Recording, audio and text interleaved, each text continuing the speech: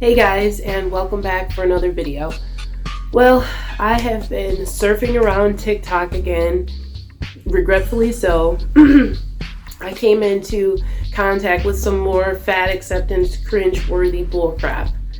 This next clip that you're about to see is a young lady who talks about how even in the queer community, she gets discriminated against or at least looked over versus the prettier, thinner counterparts. Let's hear what she's got to say. Okay, so I have a TikTok going viral about the fact that there's a shit ton of fat phobia within the queer community, as if a fat femme like me wouldn't know what it's like to experience that.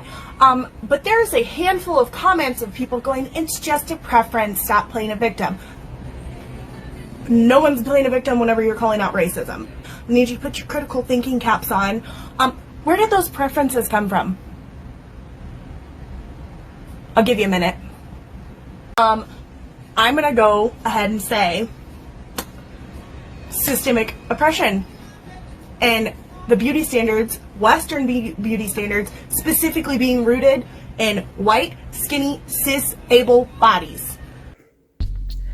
Is it any wonder you, as an overweight, strange looking person, are not exactly finding a person to date?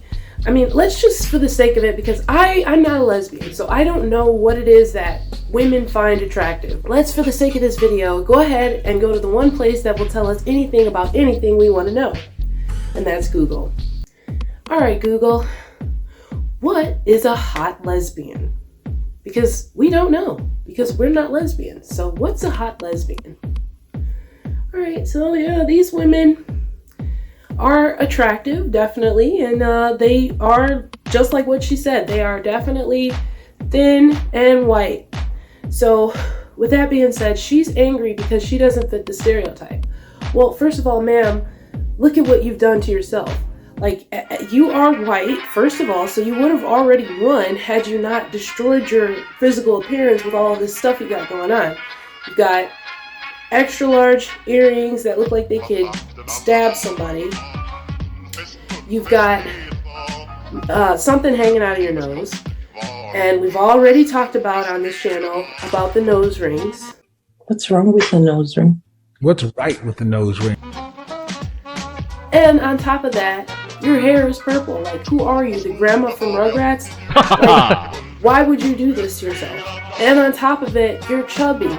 You're not even really that fat, but you're kind of chunky.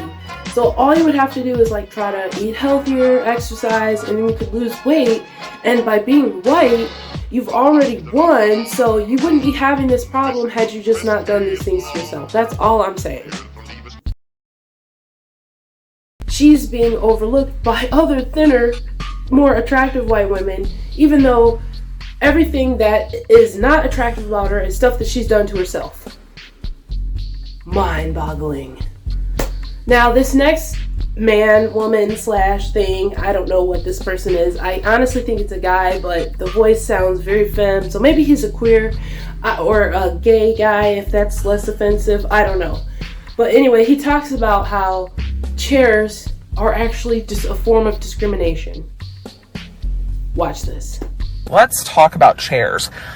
Full pun intended, chairs are the biggest fucking issue in the fat community. Places that have seating, restaurants, etc., never, ever have accessible seating. Some places just have stools, or some places just have armed, small, dinky-looking chairs.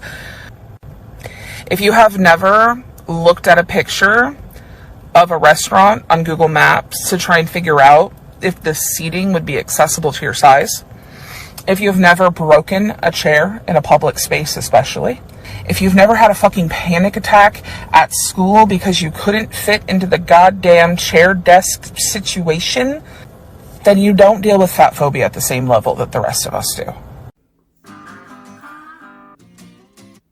Like, really? Really? That's where we're at now?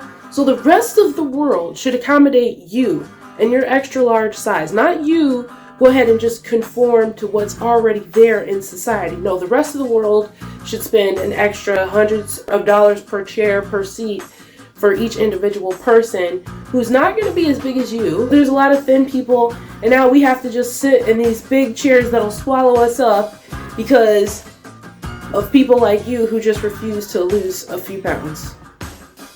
Got it. So that's where we're at now. It's actually a form of discrimination to have a chair that's not fit for a 500-pound person. Like, no, your body is a form of discrimination, okay? Like, you are discriminating all of the furniture that you come into contact with. Like, sir, how many chairs have you broken? Like, you say this like this is a regular thing. And don't get me wrong, I've been overweight before myself, but I know what it's like to feel uncomfortable in stuff that's a little tight. If you're at that point, sir, it's not about like the rest of the world conforming to you. It's about you losing weight so that you're able to fit in normal sized chairs, because that's a bad deal. Like, you're obviously carrying around too much weight. That's so bad for your health. You're too young for that. You're not going to have a long life carrying around hundreds of extra pounds. You need to do something to change, not change the rest of the world to like you. It's not that we don't like you as a person. We just don't like what you've done to yourself. All right, guys, leave me a comment, subscribe, and like. Let me know what you think, okay?